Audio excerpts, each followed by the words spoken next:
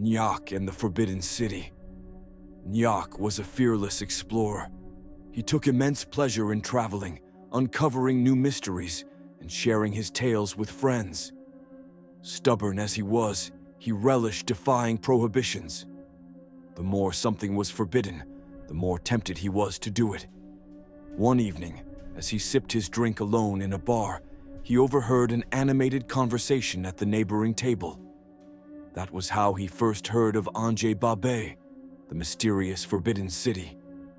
"They say it is invisible," an old man declared gravely. "Yet you can distinctly hear children playing, women pounding rice, sometimes even distant chants echo in the air. But if you approach, everything falls silent." A heavy silence followed before the man concluded. "This city is forbidden. No one must go near it." He had just uttered the very words one should never say in front of Njaack. His heart raced. He jumped to his feet and declared boldly, "I will discover this city, and if I become the first to lay eyes on Andjei-Baabei, it will be an unprecedented glory for me." Without wasting a second, he gathered his belongings, threw his backpack over his shoulder, and set off toward the forbidden place. As he reached the outskirts of the region, he suddenly heard the laughter of children. He looked around, but saw no one.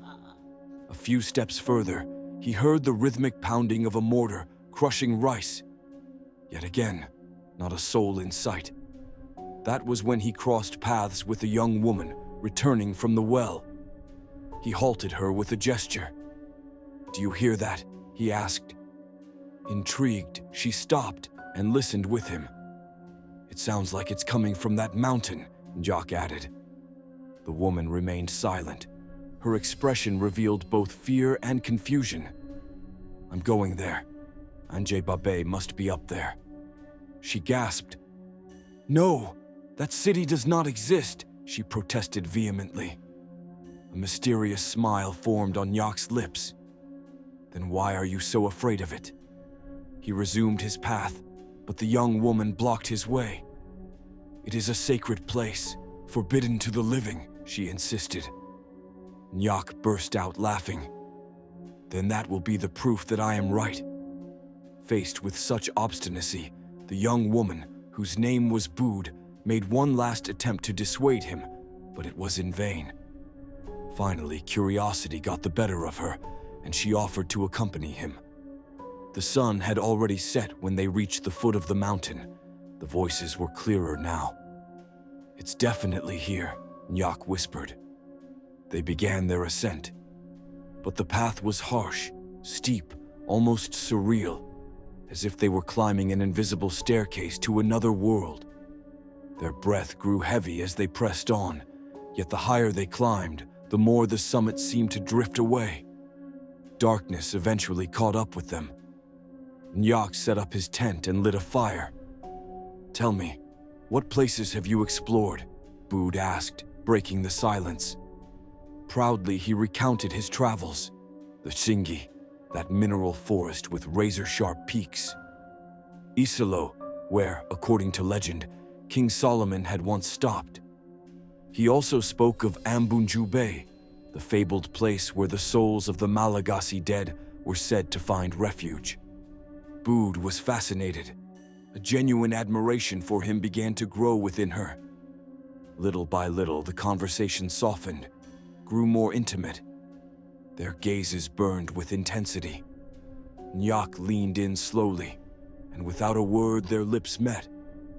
Everything unfolded naturally, like a river following its course. That night, Bood took him to landscapes he had never seen before, revealing her passion with unbridled intensity.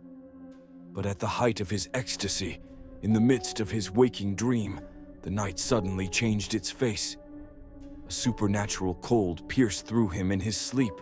His eyes shot open, and he froze. All around him, dark silhouettes stood in a menacing circle. "I warned you." It was Bood, but she was no longer the same. Her gaze was hard, icy. Who are you?" Njaack stammered. She stepped forward slowly and declared, "We are the Vazimb, This place is our sanctuary. The living are not allowed to enter." Njaack tried to step back, but she locked eyes with him. "You should have died tonight," her voice softened. "But I enjoyed you too much, so I will grant you a chance to live."